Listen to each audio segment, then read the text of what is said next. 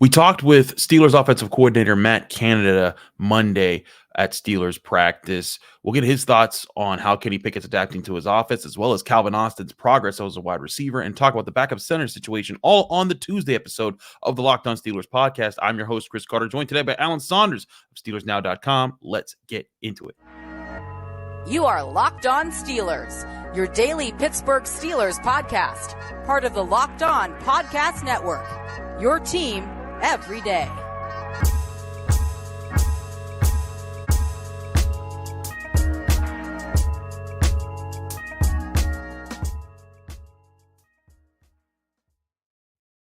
Hello and welcome to the Locked On Steelers podcast. I'm your host, Chris Carter, bringing you your daily dose of all things on the Pittsburgh Steelers. As always, you can find the show in your favorite podcasting apps and on YouTube. Like this video if you enjoy it. Subscribe to this YouTube channel to get all of our daily Monday through Friday episodes, as well as our bonus content. We thank you for making us your first listen every day, because we're your team every day. And today's episode is sponsored by Game Time. Download the Game Time app, create an account, and use code LOCKEDONNFL for $20 off your first purchase. Last minute tickets, lowest price guaranteed. Alan Saunders is back.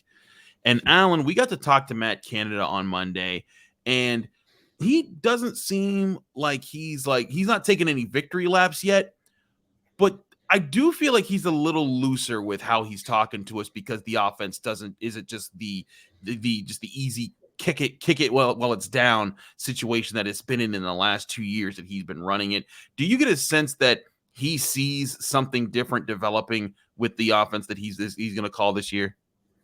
It's amazing how much more personable someone is when every other question is not, how come you suck so bad? He really has a lot more interesting things to say when that's not the case. I get the sense from talking with Matt and from talking with some people at the Steelers that they are very confident in the way this offense is going to look, that is going to be very different. Not necessarily in terms of scheme, in terms of the plays that we see, but I think in terms of outcomes, I think they are very, very confident that this is going to be not just a better offense, but a good offense.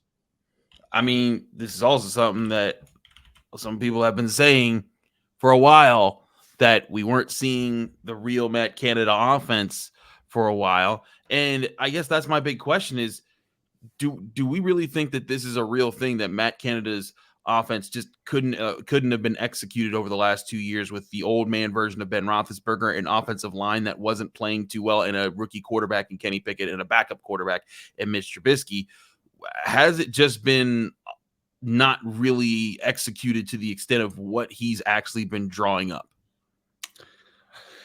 I don't know that I would say that it couldn't have been, but it certainly wasn't. Right? Like it certainly did not look the way it was intended to look. And I think that works on many, many levels. We've talked before about the confidence in the offensive line being a problem. Obviously, the quarterback play has been inconsistent, I would say, at best. And I just think, that we did not see the intelligence in the design come out as a result of that. Doesn't mean it's not there. Doesn't mean it can't be good, but it certainly wasn't. And I think we're starting to see some of the differences in this offense from this year to last year. And I think you're starting to see some of that come out in the ability to do more in the middle of the field, the ability to push the ball further down the field, better blocking in the run game, better down and distance situations. I just think it feels more like an offense that's going to flow and have that design, that intelligence that I think was the thing that made Matt Canada a successful college offensive coordinator. I agree. Intelligence is a big part of it. And I think the growth of intelligence, or not growth of intelligence, but the allowing, I guess the growth of intelligence in NFL play from Kenny Pickett is a big part of this. And it's not to say that he's gotten smarter, but he's gotten more. He's been able to grow in how he knows the game in the NFL. And I think it's allowed himself to open up what he can do in the NFL versus what he could do in college. And this was part of why they drafted him, was because of how they saw how quickly he'd be able to adapt his game to the NFL level. And again, he still has to do it in the regular season. He still has to do it for a whole actual season. But in the preseason, we are seeing the plays that we did not see last year, where it's not just a fluky, like, hey, he ran around, found the right guy. What an inspiring moment. It's process. It's read the defense. It's, oh, you're disguising the defense. Guess what? I saw through your disguise and I still went after the spot I wanted to go to.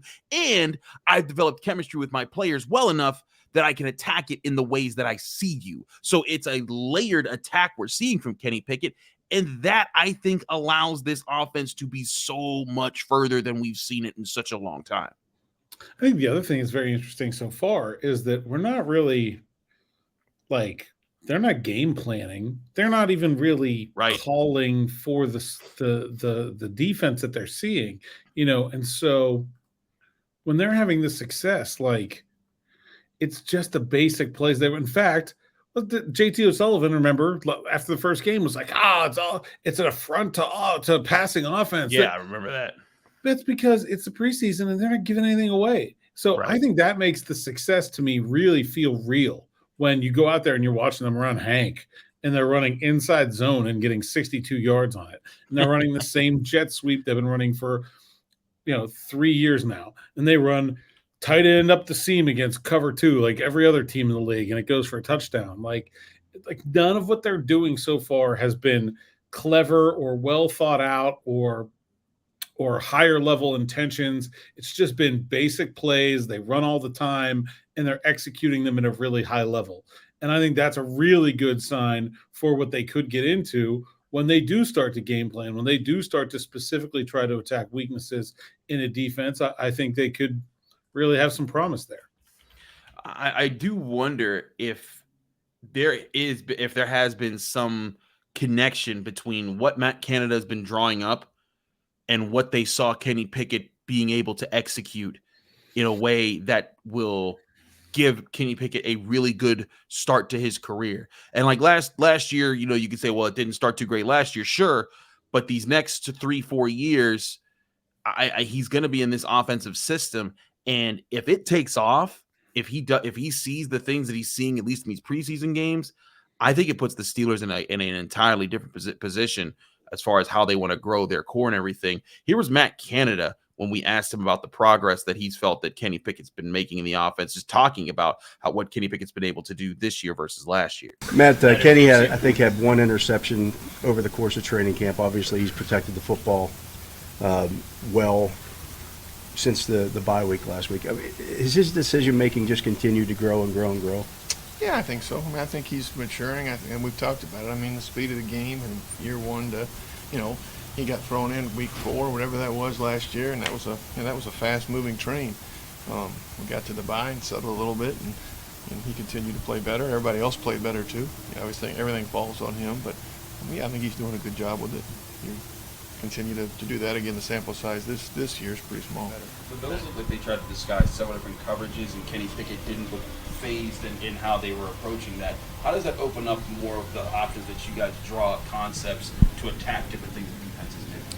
Well, I mean, I think that's probably a question more for Kenny. I mean, we're going to have, plays have answers for mostly every coverage, right? I mean, that's universal. That's not anything special. And I think, obviously, the game is slowing down for Kenny. Going back to one of the earlier questions, 1 to 2, and as it's going, I think Kenny sees it. And he dissects the defense. He's getting the ball, to the right place at the right time. And thought he stepped up in the pocket a couple times, and with his eyes downfield, and almost got Allen on one, got him on the next one. So I thought he played well, and I think he's seeing things very well. So, bottom line for Matt Canada there, one, I think he makes a very good point. Most plays are drawn up to have multiple ways to be different, to have multiple answers to different coverages. Because if you just call a play that's simply a cover 2 beater and you were wrong, and then you're screwed. But plays are designed to have different ways to react in different spots, and we saw that in his plays, because in all the situations, the 3 throws that he completed, the Bills showed one thing and then tried to react and go to a different thing, and Kenny Pickett didn't blink. He was ready for the moment and he got into it. Alan, I want to get more of your thoughts on that, and then we're going to keep moving on after that to Calvin Austin as well, but we're not done talking about Kenny Pickett and Matt Canada's connection here and what it's building here on the Locked On Steelers podcast. Stick with us. We got a lot more to discuss here. But first, before we do any of that, we want to remind you guys that this episode is sponsored by Game Time. Now, Game Time is an amazing app that allows you to buy tickets for your favorite events and make it a non-stressful process, because Game Time is an app that you can download right to your phone, and it's the fast, easy way to buy tickets for all your favorite events, whether they're sports, music, comedy, theater events, anything near you. Game Time is going to help you find. They give you killer deals on last-minute tickets, and their best price guarantee can't be beat, so you can stop stressing over the tickets and start getting hyped for the fun that you're about to have with Game Time. The Game Time app that you can download right to your phone allows you to book tickets even up to the last minute. If you didn't plan far out in advance, or you didn't know that a certain concert was happening in your area, you could still get the best prices with their exclusive flash deals on anything from football games to basketball games to baseball games, concerts, comedy, theater events, anything near you. Game Time is going to help you find it. And the Game Time guarantee means you'll always get the best price. If you find tickets in the same section and row for less somewhere on a different service, Game Time will credit you 110% of the difference in those prices. Snag the tickets without the stress with Game Time. Download the Game Time app, create an account, and use code LOCKEDONNFL for $20 off your first purchase, or go to their website, gametime.co. Terms and conditions apply. Create an account and redeem code LOCKEDONNFL for $20 off. Download Game Time today. Last minute tickets, lowest price guaranteed.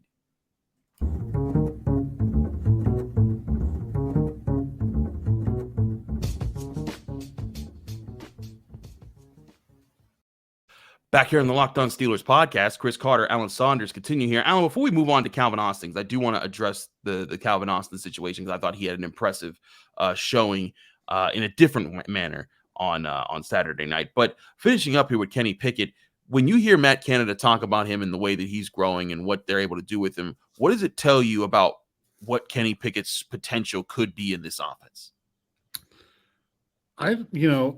I don't really think that there is a limit to Kenny Pickett's potential, because the quarterback position is so mental, right? I mean, it's his physical tools are good enough for him to be really good if he masters the mental part of the game. And, it's impossible for someone like me, or someone like, even though I've known Kenny Pickett for a long time, it's impossible for me to really evaluate his ceiling in that way. He'll just have to show it to us. He's good. His arm is good enough for him to be a really good quarterback if he can take care of the football, if he can read defenses, if he can show high level pocket awareness, if he can hold on to the football in the pocket, like that. Those are the things that are so important to quarterback play that are not measurable. But I think we're seeing improvement from him, and I think that's the real positive sign. Is that I mentioned this, we were talking about this on the Final Word on Sunday night. Mm-hmm. Like that pass to Pat Freiermuth, I don't think he would have made last year. No, Najee Harris was wide open in the flat, wide open, completely uncovered. No one even went over. Like it would have been a good throw if he threw it there. Just like easy 7 yards, easy. If he breaks one tackle, he might have scored from over there. But I think that's Kenny Pickett, confident, more knowledgeable, comfortable, and understanding the risk-reward line and where it lies in the NFL as opposed to college football in terms of taking shots down the field. He got put into a rough situation last year. Not only was he kind of thrust into the starting lineup, his first game he throws 3 interceptions. Yeah. Now all of a sudden he's in a situation he wasn't really prepared for, and now he's got the worst thing a quarterback can do. Now suddenly becomes this thing, and so I think a lot of what ended up being blamed on Matt Canada last year was simply the quarterback being extra careful to hold on to the football and to not turn it over, and probably not being as aggressive as would be ideal as a result. And I think we're seeing a lot more of that so far this year. I agree. And it's something that I said a lot last year. Me, I cover Pitt, and I was catching a little bit of flack from Pitt fans who were like, "Why are you talking bad about Kenny? You can't be saying he's making mistakes like that out there." And I'm like, listen, he's a rookie. He's going to make mistakes. But trust me, if you catalog how he makes these mistakes in his rookie season, and then he shows that he made real steps to correct those mistakes in his second season, you're going to appreciate his growth that much more, which is why we pointed it out then, and we're pointing out his progress now. and we will continue to do so all throughout the season, because that could end up being an amazing story to see how far he comes in his NFL career. We could talk forever about Kenny Pickett, but I want to talk about Calvin Austin with you real quick. Calvin Austin had a play where we know that he had deep speed. Like in the first preseason game, he had that bomb from Mason Rudolph. I mean, it was good to see that he still had that, but that's stuff that we knew he had from Memphis. That's stuff that we knew he had in practice. We've seen him use his just, hey, hit a go route, and if you're faster than the other guy, we're going to throw it to you and you can score a touchdown. That part was known about Calvin Austin. What I wasn't sure was how good of a route runner could he be in tight spaces when guys are trying to limit where he can go. And when talking to him, when in that second game, there was a play where there was a third down, I believe, and he had a slant over the middle. He had a cornerback up in his face, and he used really good footwork, got the cornerback to back off, give up the inside leverage. He used that quickly, presented a target to his quarterback, caught the ball, got yak, and got the first down, moved the chains. Calvin Austin looked good, and that was just one example, but it showed route running ability. I asked Matt Canada about it, and I asked Calvin Austin about it. We'll start with Matt Canada's response to how Calvin Austin has progressed as a route runner.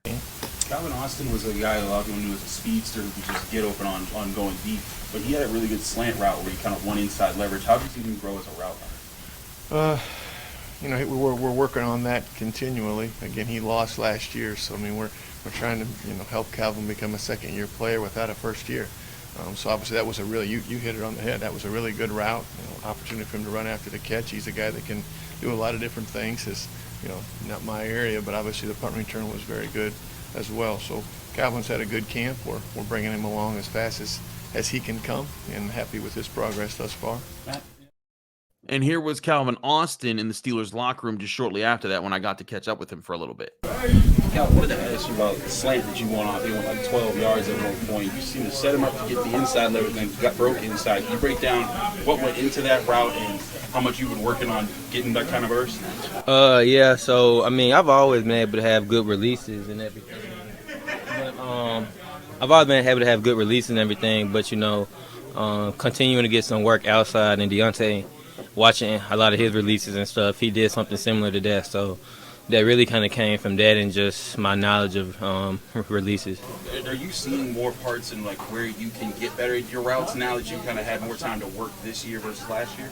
Oh, most definitely. I mean, from when you get on the field, like you can work on things, but once you get on the field and stuff, that's when you're gonna really see like what like the little things you need to work on. So just from each rep, I mean, I've been learning something new each play, so it is good to be learning. So lots of things there. Certainly, it is apparent that Calvin Austin has taken the charge of learning to get better at his craft seriously in just his first year. And Matt Canada brought up a good point. He didn't get a rookie camp, because the first week he looked good. I mean, he had a one catch over the middle. I remember in his rookie camp where DeMonte KZ leveled him when they weren't wearing pads, and we were all like, "Oh my God!" And he got up fine. But then shortly after that, he suffered an injury that did sideline him for the rest of the season. So Calvin Austin didn't get a rookie season. He kind of just had to sit around, watch what the Steelers did. So this is kind of his rookie year. But man, he looks like he understands parts of the game. Alan, what do you see from Calvin Austin that will make him an asset to the Steelers this year? I think there's a determination both from Calvin and from the Steelers to not let him be limited to being a gadget guy just because he's small and fast. And I think we've seen that happen in a lot of different ways. I mean, the down the field stuff, like if you remember back in the first weeks of training camp this year, that was kind of eye-opening to me then, like where he didn't do that last year, running by guys in cover 3 and stuff like that. And I think it was honestly a bit of a challenge for the Steelers quarterbacks and trying to find a way to get the ball over the defense to him. And, I remember watching his film in Memphis, and there's a lot of over the middle stuff in that tape. If you go back and look at it, he kind of played like a regular wide receiver. Like he's small, but he did not have this like hyper specialized route tree. He did everything.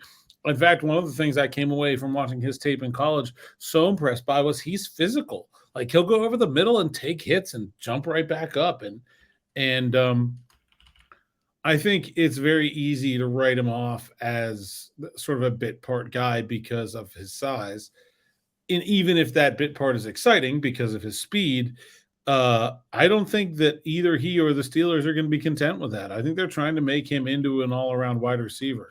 And I mean, he has to stay healthy. He is a little guy. He can't go over the middle taking shots from linebackers all season. That's probably not going to work. But it certainly seems like his skill set is not going to be a limiting factor there. I agree. It seems like his skill set actually favors him because he's not just he doesn't just have a long speed. He has short area quickness, which is really the most important part of the receiver's game. That's what, like, Deontay Johnson has decent speed, but what makes him, an elite route runner is his ability to get separation because he's explosive in short spaces and short distances. And that's where Calvin Austin, I think, if he can do that and he can be a good receiver, like he can actually finish plays with his hands, catch the ball, make combat catches, find a way to get yak in situations, that's what's going to make him a tough receiver to guard. And it could put the Steelers back into a situation where they're deep at receiver again, because, for a little bit, the Steelers were known as the team. They could pick anybody. They could pick somebody in the 7th round. They'd have a superstar wide receiver on their hands. Heck, that almost happened with Antonio Brown being a sixth round pick. But, but the Steelers, for a little bit, there was a little bit of concern, but I think part of it was the quarterback situation falling off. They didn't have, Ben Roethlisberger got older, and then they didn't have, the experienced guy last year who knew the system and could be a leader like that. But now you have Deontay Johnson, who's gone through 4 years of that. You have George Pickens, who's been here for a year. You have Calvin Austin, who's getting used to things. And you have Allen Robinson you brought in. You have 4 wide receivers. And I'll also say Gunnar Olszewski has looked very good in training camp and in preseason. He's kind of earned his chance there to stay on the roster there. You have a crew of guys here with youth on this roster to be able to have a wide receiver core for the future, not just for now, but for the future, to work with Kenny Pickett that he continues to develop with. Yeah, I think that's a really important piece of Calvin Austin's role, right? Because he's, came in Pickett's class. Like, the idea when you're drafting a quarterback and 2 wide receivers together is that you can kind of bring them all along together. And I understand that Calvin Austin's not as high of a draft pick as Pickens and Pickett were, but he can be a part of that, I think. Like, it just, I don't think we should leave him out of that group when you're talking about this future core. Now, Allen Robinson's obviously only here for probably a year or two.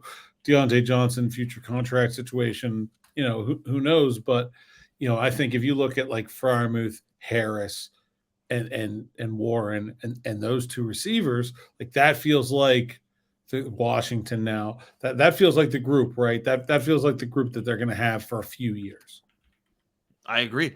And it's a good group to have. At least what we see now is just going to be about how do they continue to grow and how does Kenny Pickett continue to build relationships and connections with those guys? Because if he does, that's what's going to be, I think, what makes this group special, not just their individual talents, but their chemistry as a group. It seems like they're developing a chemistry, even with just their 2nd year in the league between him, Austin, and Pickens, especially. We have a lot more to talk about with them in the future, but I want to talk about the backup center situation. In fact, we got a call about the backup center situation. We'll address that here on the Locked On Steelers podcast in just a couple minutes here.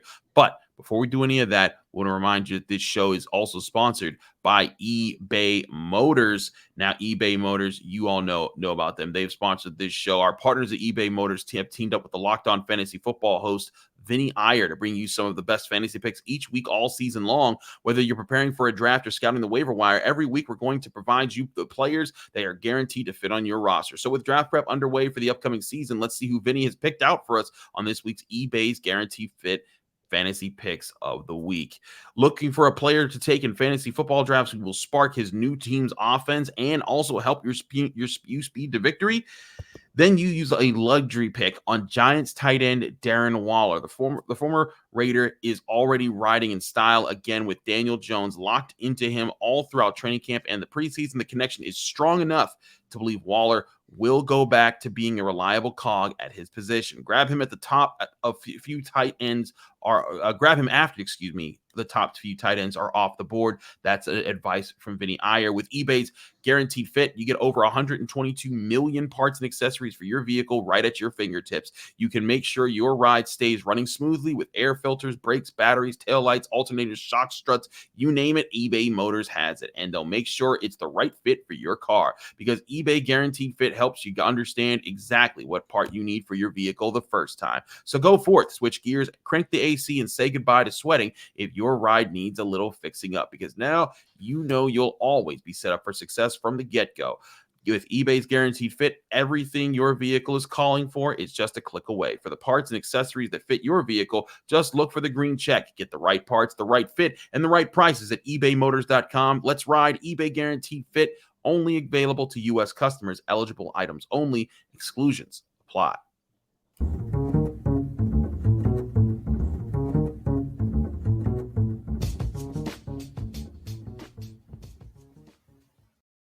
Back here on the Locked On Steelers podcast, Chris Carter, Alan Saunders, continuing our discussion here. We're doing pretty much a whole offensive episode here today, but we got to answer a question. Remember, we do have a call line that if you call at any point in time, the 412-223-6644. That's 412-223-6644. Leave your name, where you're from, and keep your question under a minute. We will get you on the show. Also, if you donate $10 to our CFF, our Cystic Fibrosis Foundation campaign, which, by the way, ends next month, so we could use any donation that you have, you will be guaranteed to hear your call within a week on air on this show within a week of your call. But want to get to a question here. We have Eric from Atlanta who asks a question about probably the one spot on the roster that everyone's still asking about, and that's backup center.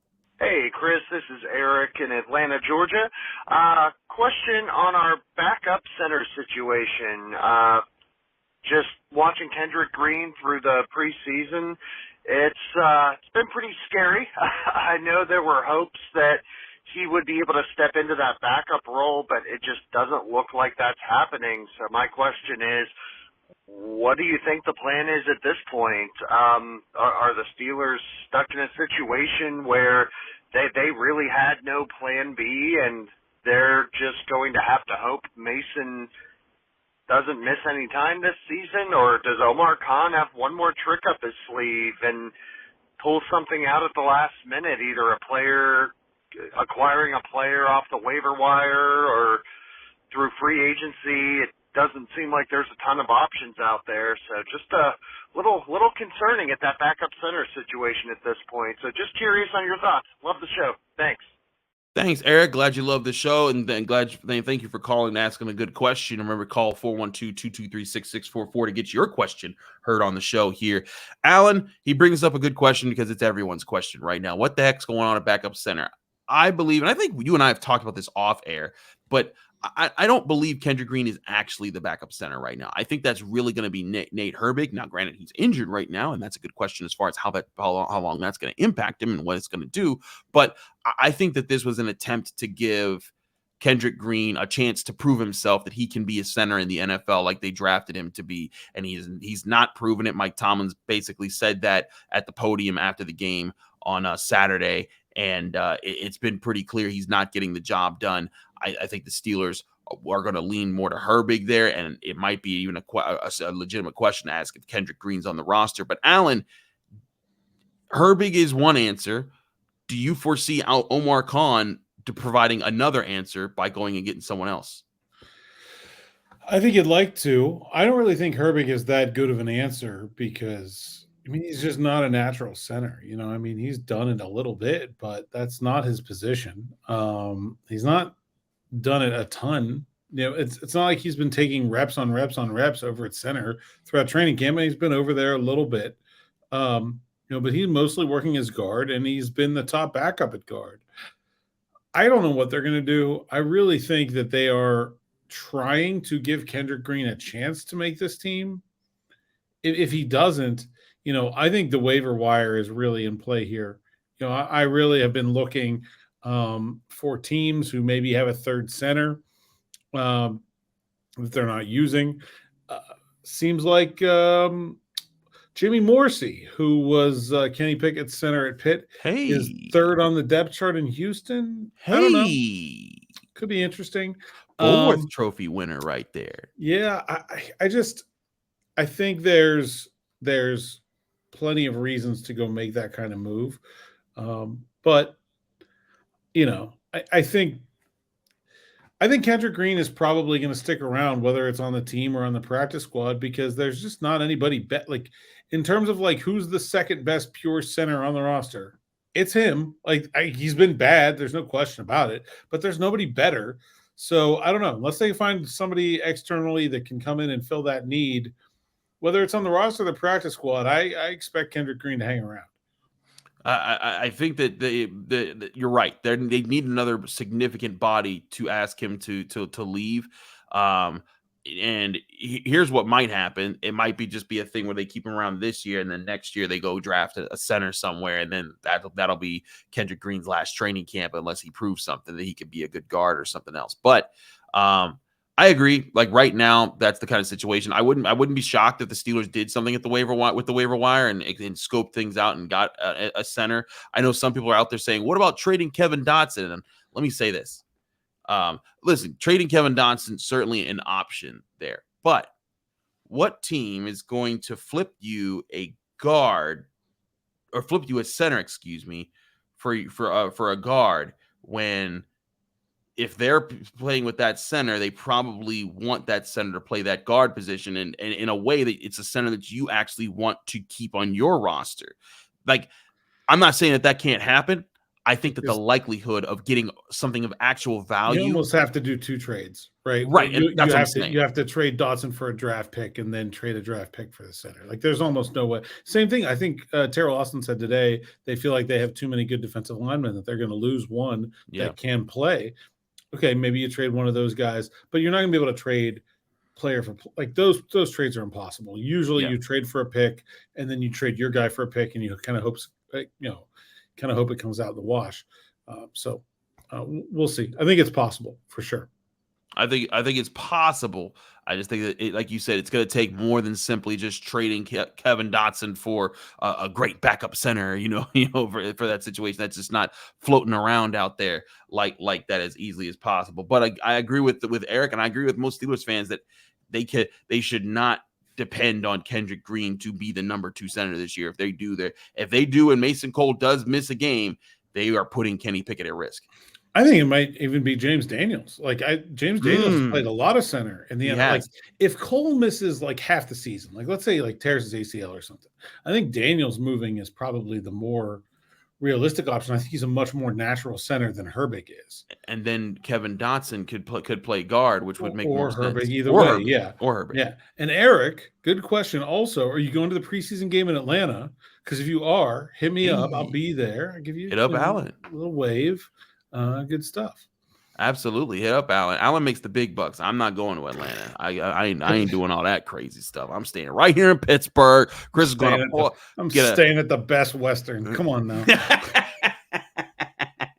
Hey, I'm staying on my couch. So there you go right there. But Alan, it's certainly something we'll keep to watch, and we'll see what happens with this week in practice. They have one more practice today, Tuesday, before everything's closed to the media Wednesday, and then they play Thursday for their final preseason game, and then within a week of actually today, this Tuesday, the 22nd, that will be the next Tuesday will be the final cut day. Will be the cut day. There's no more progression of cuts. It's just one big cut day where the roster will be trimmed to 53 players, and we'll get our answers as far as who they keep. We'll probably get you prepared for that over the weekend and leading into that Tuesday with some 53-man roster projections. But we got a lot more to cover before then. He's Alan Saunders. Alan, thanks so much for joining us here in the Locked On Steelers podcast. Let people know they can find you, follow you, and get more of your work.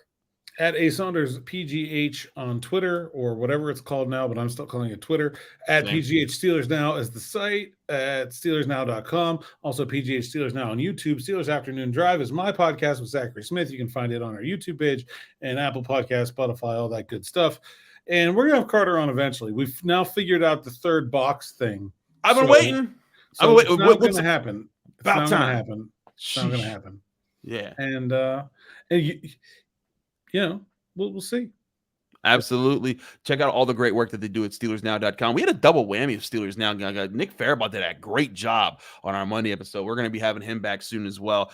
You and Nick are kicking butt over there at SteelersNow.com. Thanks for joining me here on the show. And I'm Chris Carter, your host of the Locked On Steelers podcast at Carter Critiques on Twitter. You can find me on Twitter and Instagram at Carter Critiques. You can also find me at the Pittsburgh Post-Gazette, where I host the North Shore Drive podcast, talking about Steelers, Pirates, Penguins, everything Pittsburgh sports. I also cover the University of Pittsburgh with their football, basketball, and all their sports teams in the athletic department. Post-Gazette.com for all that content. And you can find me here on the Locked On Steelers podcast. Listen to me on your favorite podcasting app. Watch me on YouTube. Like this video if you enjoy it. Subscribe to this channel to get all of our daily episodes as well as our bonus content. Thanks again for checking us out here on the Locked On Steelers podcast. Back coming at you Wednesday with another episode right here on the Locked On Steelers podcast.